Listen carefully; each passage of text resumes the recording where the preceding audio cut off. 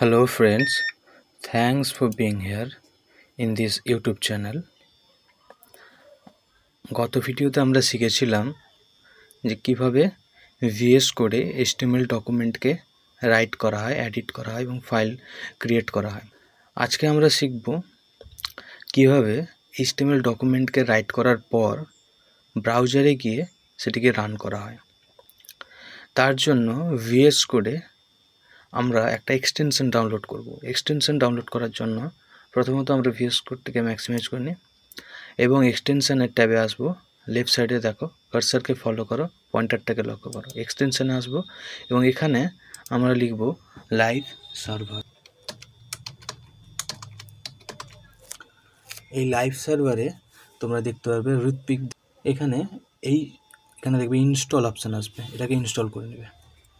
খুবই কম নেট খরচে হয়ে যাবে এবং তারপর আমরা এটাকে ক্লোজ করব। আমার আনইনস্টল অপশান আসছে কারণ এটি ইনস্টল হয়ে আছে।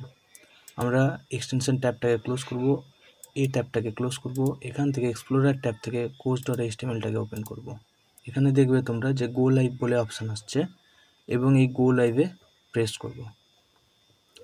গো লাইভে প্রেস করার সাথে সাথেই তোমরা দেখবে এখানে কিন্তু ব্রাউজারে ফাইলটা রান হচ্ছে, ঠিক আছে। আর যখনই এক্সটেনশনটাকে ডাউনলোড করে নেবে তখনই দেখবে ইনস্টল করার পরেই এখানে কিন্তু গো লাইভ বলে একটা অপশান আসবে। রাইট বটম কর্নারের দিকে লক্ষ্য রাখো মাউসের কার্সারের উপর, এখানে গো লাইভ বলে অপশান আসবে। এই গো লাইভে ক্লিক করলে কিন্তু এখানে রান হয়ে যাবে। এবং HTML ডকুমেন্টটাকে ব্রাউজারে রান করার আরও কয়েকটা পদ্ধতি আমি বলে দিই।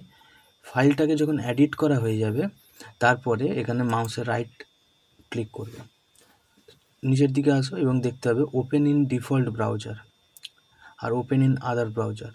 অবশ্য এখানে আসো ওপেন উইথ লাইভ সার্ভার অপশানে ক্লিক করবে, তাহলেই এটা লাইভ সার্ভার ওপেন হয়ে যাবে। আর স্টপ লাইভ সার্ভারে ক্লিক করলে লাইভ সার্ভার স্টপ হয়ে যাবে। তাহলে লাইভ সার্ভার কীভাবে ভিএস কোডে অ্যাক্টিভ করতে হয় HTML ডকুমেন্টকে রান করার জন্য আমরা কিন্তু এখানে শিখলাম। ওকে, থ্যাংক ইউ।